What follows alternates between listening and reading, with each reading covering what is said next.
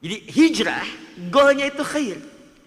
Sekarang kalau sekarang kita mendengar semangat hijrah, Jakarta hijrah, Bandung hijrah, Sumatera hijrah, Kalimantan hijrah, bahkan ada festival hijrah. Sekarang perhatikan, apakah hijrah yang ditempuh ini sama dengan yang diisyaratkan oleh Al-Quran dan hadis-hadis Nabi SAW? Apakah mengakhirkan goal yang sama, merubah perilaku seseorang dari sifat yang kurang baik bahkan menjadi sikap yang mulia? Apakah hijrah menjadikan harta kita lebih berkah dalam kehidupan? Ataukah hijrah memberikan motivasi pada kita untuk mulai beramal dan memburu limpahan pahala untuk menutupi dosa-dosa di masa-masa yang lalu?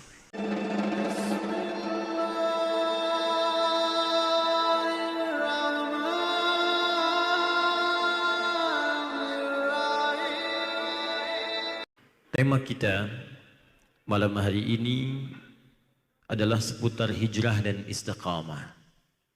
Kita akan bahas dulu untuk mendudukan definisi hijrah dan apa itu istiqamah.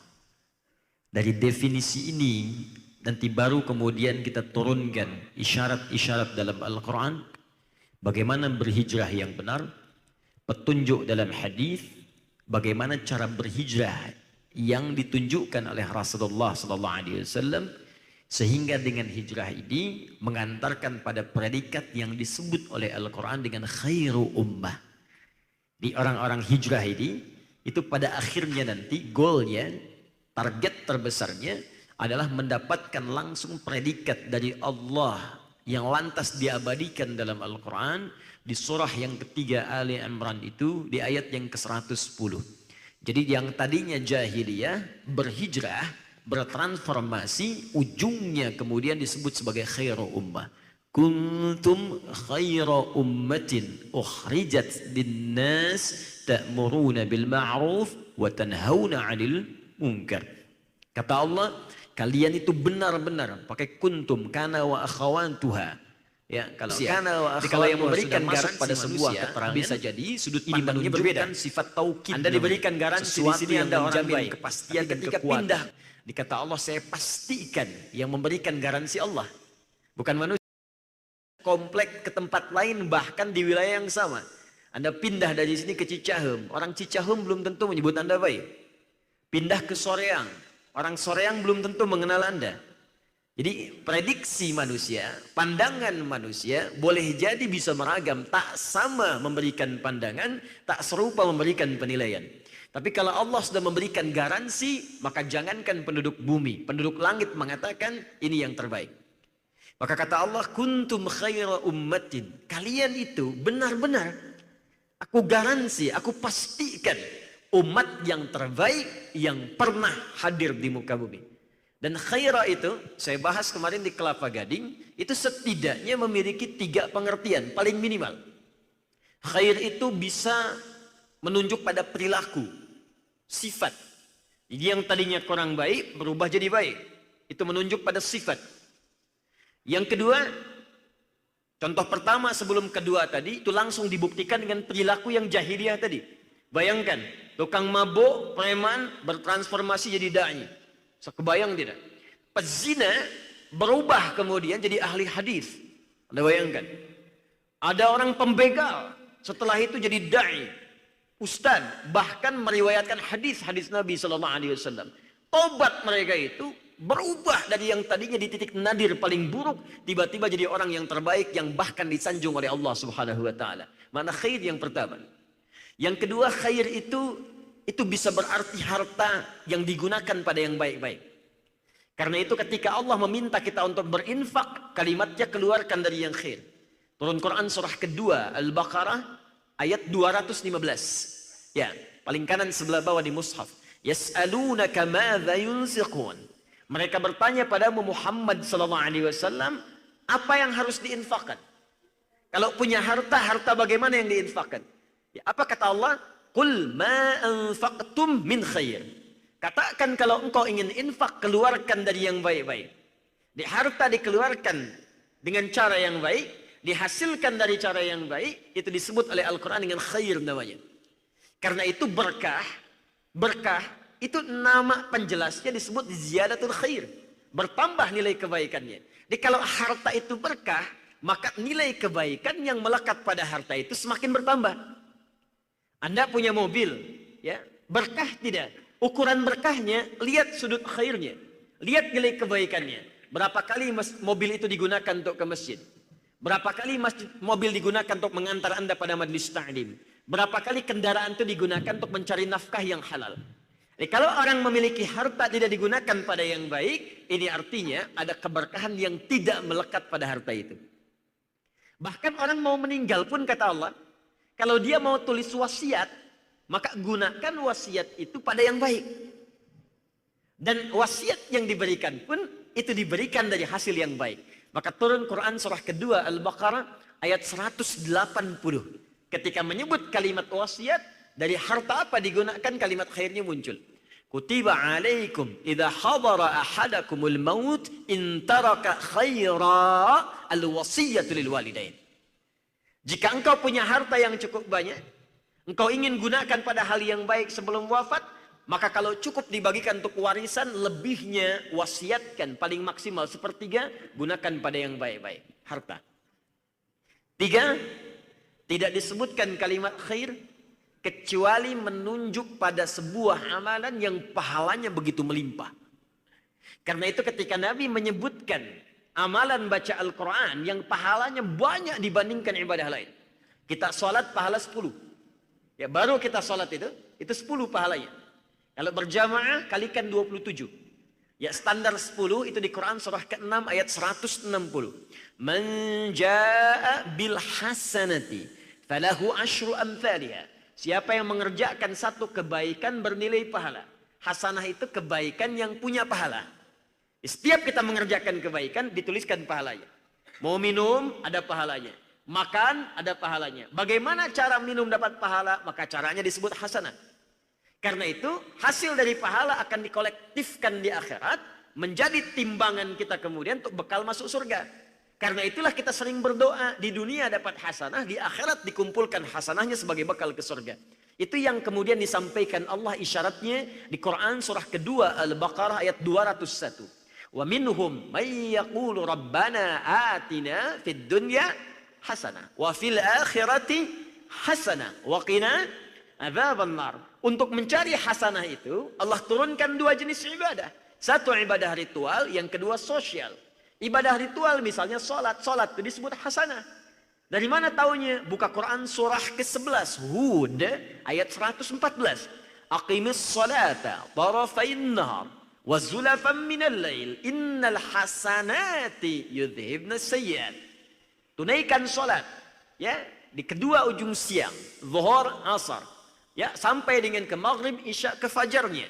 Sungguh sholat itu termasuk perbuatan hasanah yang kalau dikerjakan bisa merubah perilaku orang yang mengerjakannya, meninggalkan yang buruk-buruk, menghapuskan kejelekan-kejelekannya. Mengerjakan sekali hasanah, pahalanya 10.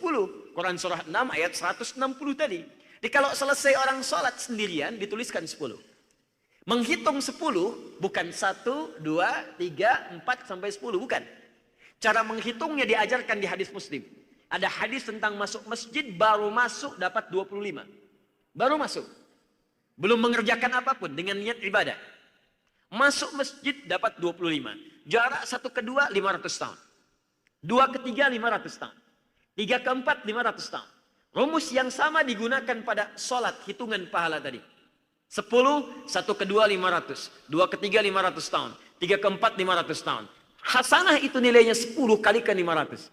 Jadi kalau ada orang sengaja meninggalkan sholat sekali saja, dia kehilangan pahala 5.000 tahun. 5.000 tahun. Dahsyat. Tapi ada amalan yang saat dikerjakan, itu bukan 10 poinnya. Kalau sholat selesai 10. Berjamaah kali 27. Sholatul jama'ati afdalu min sholatil fardi bisab'in wa ishrina darajah. Kalau sholat kemudian berjamaah, maka naik pahalanya berjumlah 27. Rumusnya berbeda. Anda sambil berinfak minimal 700. Quran surah kedua ayat 261. Tapi kalau Anda membaca Al-Quran misalnya, maka bukan selesai baca dapat 10. Setiap hurufnya 10. Bukan selesai baca. Setiap hurufnya 10. Anda bayangkan. Hadisnya At-Tirmidzi, nomor hadis 2010. Man qara'a harfan min kitabillahi falahu asyru hasanat. Siapa membaca satu huruf saja dari kitabullah Al-Quran, maka setiap hurufnya 10 kebaikan. Walam aqul alif lam mim harfun. Kata Nabi, saya tidak katakan alif lam mim satu huruf. Walakin alifun harfun, lamun harfun, mimun harfun. Walikulli harfin asyru hasanat. Tapi alifnya satu huruf, lamnya satu huruf, mimnya satu huruf. Setiap hurufnya 10. Jadi kalau anda baca alif lam mim, berapa huruf? 3 huruf. Kali berapa? 10. Dapat berapa? 30. Dan tak pernah ada orang baca Al-Quran cuman 1, 2, 3 huruf. Nggak ada. Anda bayangkan. Nun. Lumayan 10. Itu. Nggak ada.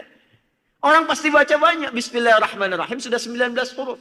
Karena pahalanya berlimpah, maka belajar Al-Quran, baca Al-Quran, mengaji Al-Quran, menghafal Al-Quran, disebut dengan khair oleh apa? Khair oleh Nabi SAW. Itu ditemukan dalam hadis riwayat Al-Imam Al-Bukhari, nomor hadis 4719. Kalau kita urutkan sanadnya, Imam Al-Bukhari menerima dari Hajjaj bin Minhal. Hajjaj bin Minhal menerima dari Syu'bah. Syu'bah menerima dari Alqamah bin Marthad. Alqamah bin Marthad menerima dari Sa'ad bin Ubaidah. Sa'ad bin Ubaidah menerima dari Abu Abdurrahman As-Sulami. Abu Abdurrahman As-Sulami menerima dari Uthman bin Affan dan Ali bin Abi Thalib radhiyallahu ta'ala anhuma. Keduanya menerima dari Nabi SAW. Beliau bersabda, khairukum man ta'allamal Qur'ana wa'allamah. Khairan. Jika ada orang baik di antara kalian, maka yang terbaik yang bisa engkau dapatkan dari situ, pahala yang melimpah kalau cari amalan, itu orang yang mau belajar Quran. Pahalanya banyak. Nah, orang tadi, jahiliyah, dia berhijrah apa? Bu? Begitu berhijrah disebut oleh Allah dengan khair. Khaira ummah. Apa kalimat khair di sini? Mencakup 3 makna tadi. 1, perilakunya berubah jadi orang baik. Bayangkan, dari orang yang paling keras tiba-tiba jadi orang yang paling penyayang. Orang yang pemukul jadi perangkul.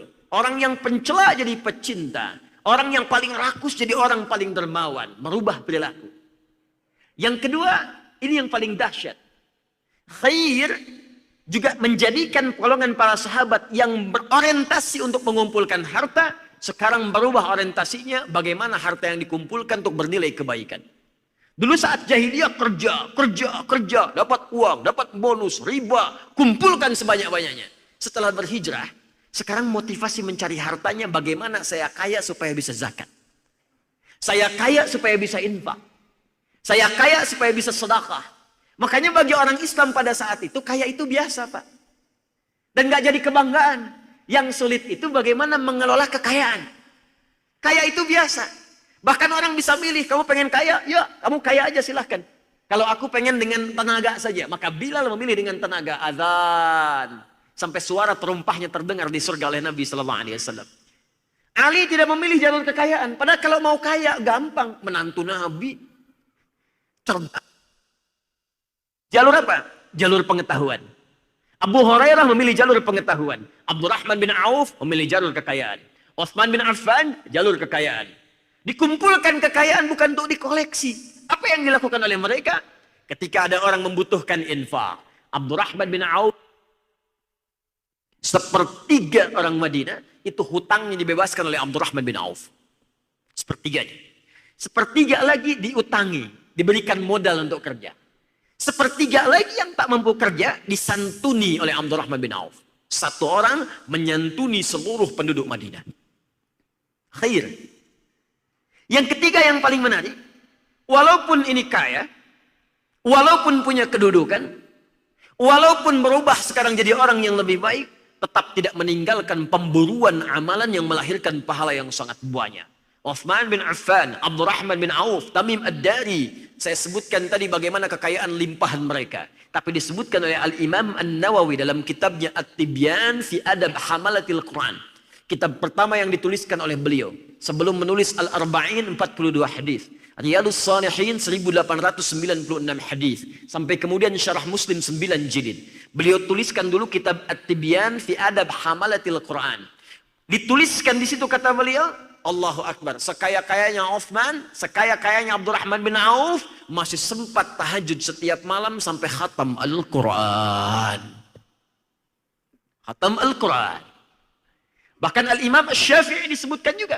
Sesoleh-solehnya beliau, ilmunya begitu banyak. Akhirnya pada ilmunya masih sempat menghatamkan Al-Quran setiap hari sekali. Ramadan 2 kali khatam, siang sekali, malam sekali. Anda bisa bayangkan. Jadi hijrah, goalnya itu khair. Kalau sekarang kita mendengar semangat hijrah. Jakarta hijrah, Bandung hijrah, Sumatera hijrah, Kalimantan hijrah. Bahkan ada festival hijrah.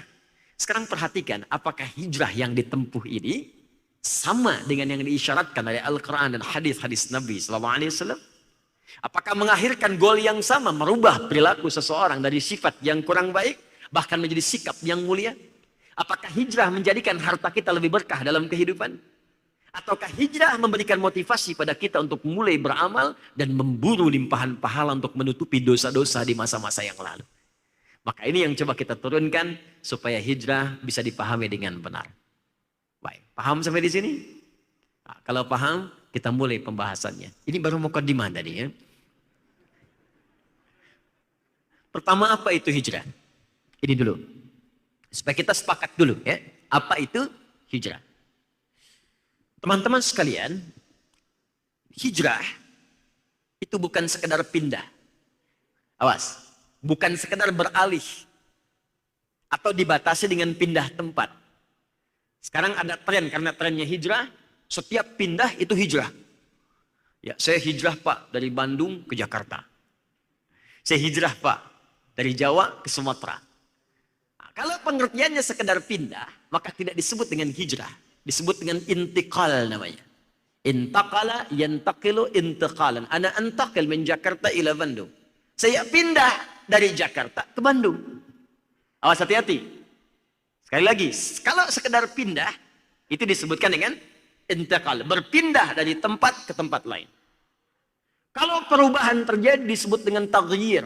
Enggak pindah, tapi berubah. Awas supaya enggak dipelesetkan nih. Saya hijrah dari laki-laki ke perempuan. Bukan hijrah namanya itu, Cepi. Sekarang manusia ini aneh-aneh sekarang nih. Ya, udah jadi laki-laki jadi perempuan. Yang perempuan jadi laki-laki. Terus keduanya dekat-dekatan lagi. Ya, berhubungan. Aduh, kenapa ribet amat itu? Yang perempuan jadi laki-laki, yang laki-laki jadi perempuan. Udah gitu berhubungan. Perasaan ribet amat gitu ya.